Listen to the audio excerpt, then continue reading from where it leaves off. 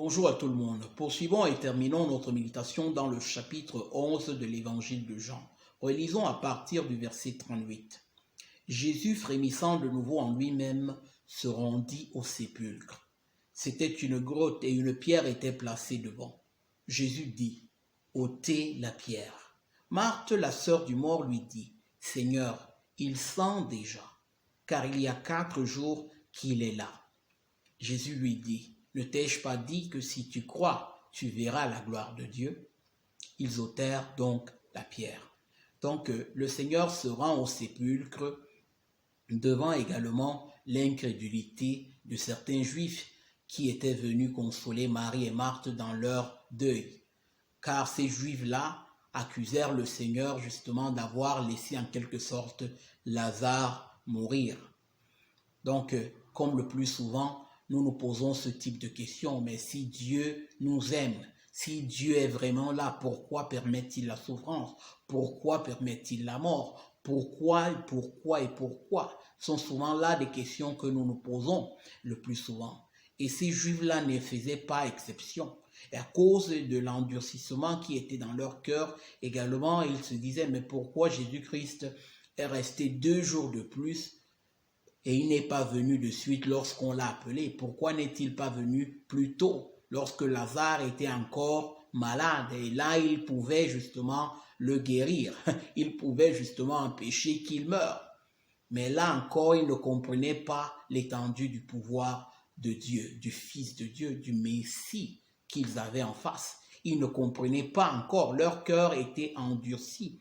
Et la pierre que le Seigneur leur demande d'ôter devant la tombe était un peu un symbole également de leur incrédulité, de l'endurcissement de leur cœur, du fait qu'ils ne réussissaient pas à comprendre qui ils avaient devant. Ils ne réussissaient pas à comprendre qu'ils avaient le Fils de Dieu. Ils avaient Dieu manifesté dans la chair, Dieu qui a pris la forme humaine pour se révéler, pour révéler encore aux hommes sa nature, ses attributs, sa puissance, et ce pourquoi il était venu redonner la vie aux morts. Donc cette pierre-là pouvait justement symboliser cette incrédulité. Et voilà pourquoi, par exemple, Marthe, nonobstant, elle avait une certaine foi en le Seigneur parce qu'elle a dit qu'elle croyait que Jésus-Christ était le Messie, le Fils de Dieu. Mais nonobstant cela, il y avait encore justement, comment dire, un peu de défaut dans la foi qu'elle avait. Elle avait une foi qui n'était pas stable. Une foi, oui, qui était suffisante pour croire en Jésus-Christ, mais elle n'était pas aussi stable pour croire à l'étendue du pouvoir que Jésus-Christ lui-même avait. Donc le Seigneur dit à Marthe, justement, dit à Marthe, ne t'ai-je pas dit que si tu crois, tu verras la gloire de Dieu? Donc, et justement, les Juifs également étaient incrédules. Donc, car la pierre était justement ce symbole-là d'incrédulité, parce qu'ils n'arrivaient pas à concevoir qu'à la parole de Dieu, que la parole de Dieu était puissante pour redonner la vie, et la vie de manière pleine à un mort, bien qu'il soit même déjà en train de se décomposer. Et donc Marthe avait ça à l'idée, il sent déjà. Et le Seigneur leur dit, ôtez la pierre. Aucune situation n'est tant désespérée pour Dieu. Rien ne peut résister à la parole de Dieu. Le Seigneur a la puissance de produire la vie, indépendamment de combien de temps nous sommes morts. Et ça, c'est encore une image de la mort spirituelle dans laquelle tous les hommes sont plongés à cause du péché. Il n'y a aucun cas désespéré que Dieu ne puisse résoudre par sa grâce, par la puissance de sa parole et de son esprit. Et donc, encore cette mort-là, ce mort qui était là dans le sépulcre depuis plus de 4 jours, les Juifs se demandaient, mais comment est-ce que les cellules vivantes pouvaient encore être retrouvées dans ce mort-là? Car son corps était déjà en décomposition, en quelque sorte. Et en réalité, c'est la même chose, c'est la même question que nous nous posons. Comment est-ce qu'un homme esclave de son péché, esclave du diable, peut à un certain moment être libéré de cet esclavage et marcher dans la justice et être et être un esclave et être un artisan et être justement un artifice, un artifice pour la justice.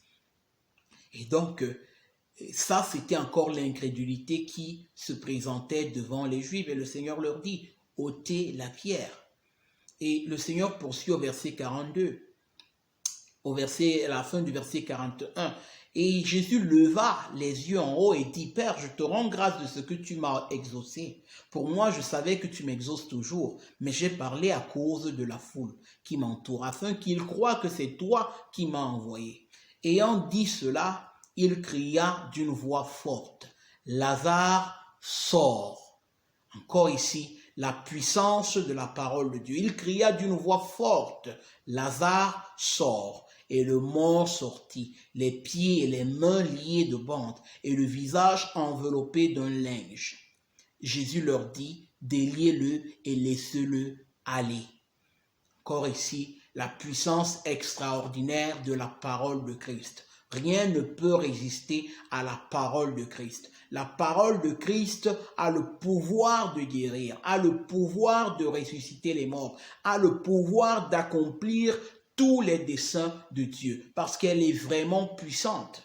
Elle est puissante pour transformer le cœur d'un esclave du péché, esclave du diable, d'un homme que l'instant avant était plongé dans ses péchés, était esclave, était, prisonnier de ses chaînes, prisonnier de ses choix, prisonnier de son style de vie. Cette parole de l'évangile, cette parole puissante de Jésus-Christ a le pouvoir de le libérer. Aucun cas n'est aussi désespéré pour le Seigneur. Sa puissance est capable d'accomplir toutes choses. Rien n'est beaucoup trop extraordinaire pour le Seigneur. Et encore ici, le Seigneur, par sa voix, par sa parole, ressuscite Lazare. Le mort qui était déjà mort depuis plus de 4 jours, depuis près de 4 jours, se lève et marche. Se lève et marche. Le Seigneur redonne la vie à toutes les cellules de son corps. Et encore une fois, la puissance de Dieu. Jusque-là, le Seigneur avait déjà eu à ressusciter quelqu'un auparavant, mais ici, maintenant, quelqu'un qui est mort depuis plus de 4 jours, c'était encore quelque chose d'extraordinaire. Pour dire que le pouvoir de Dieu est sans limite. Et lorsque le Seigneur, justement, dit cela, il dit, déliez-le et laissez-le aller. Au verset 45, il est écrit, plusieurs des Juifs qui étaient venus vers Marie et qui virent ce que fit Jésus, crurent en lui.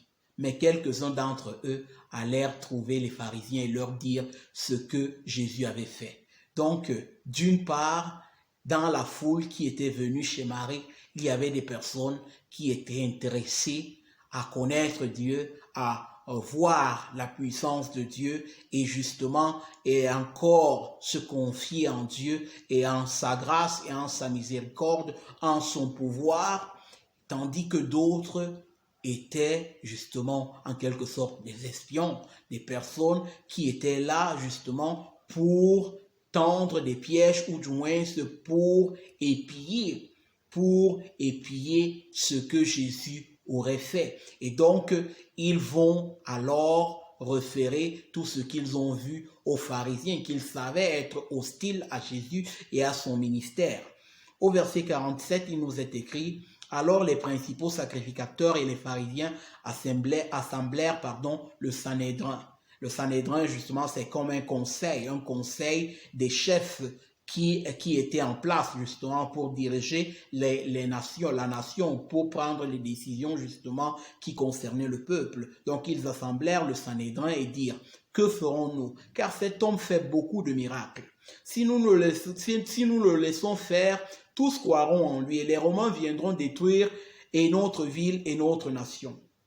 Donc ici, encore une fois, les pharisiens sont préoccupés du pouvoir qu'ils exerçaient sur la nation. Ils sont préoccupés de leurs affaires. Ils ne sont pas préoccupés de discerner l'œuvre de Dieu, mais ils sont préoccupés de perdre le pouvoir sur le peuple parce que Jésus-Christ avait ce pouvoir-là et Jésus-Christ était venu justement enseigner au peuple les voies de Dieu. Et donc chacun d'entre eux commence un peu justement à protéger entre guillemets son ministère, à protéger entre guillemets ses acquis.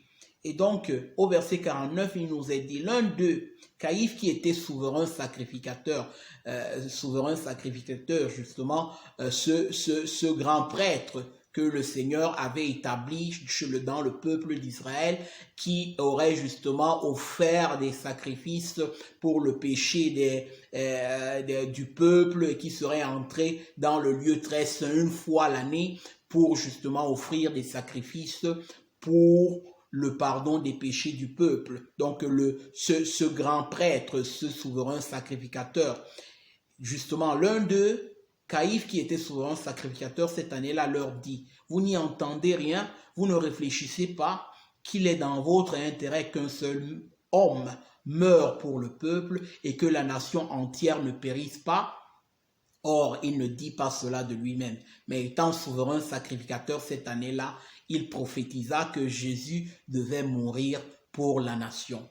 Et ce n'était pas pour la nation seulement, c'était aussi afin de réunir en un seul corps les enfants de Dieu dispersés. Encore ici, une merveilleuse prophétie que le Seigneur donne à ce souverain sacrificateur de faire malgré lui, car il ne se rendait même pas justement compte de ce que lui-même il disait, parce que eux ils étaient en train de tramer, ils étaient en train de comploter pour tuer, pour faire tuer, pour éliminer en quelque sorte le Seigneur.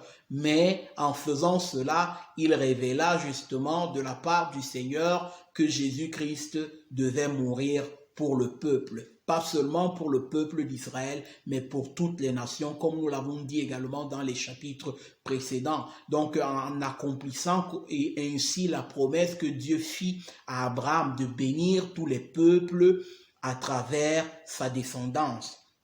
Et donc, au verset 52, il est précisé, ce n'était pas pour la nation seulement, c'était aussi afin de réunir en un seul corps les enfants de Dieu dispersés. Dès ce jour, ils résolurent de le faire mourir. Donc, les chefs, les sacrificateurs résolurent de faire mourir Jésus-Christ. Donc, au verset 54, il nous est dit, c'est pourquoi Jésus ne se montra plus ouvertement parmi les Juifs, mais il se retira dans la contrée voisine du désert, dans une ville appelée Éphraïm. Et là, il demeurait avec ses disciples.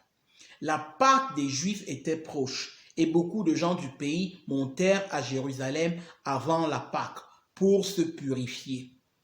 Ils cherchaient Jésus et ils se disaient les uns les autres dans le temple, que vous ensemble, ne viendra-t-il pas à la fête?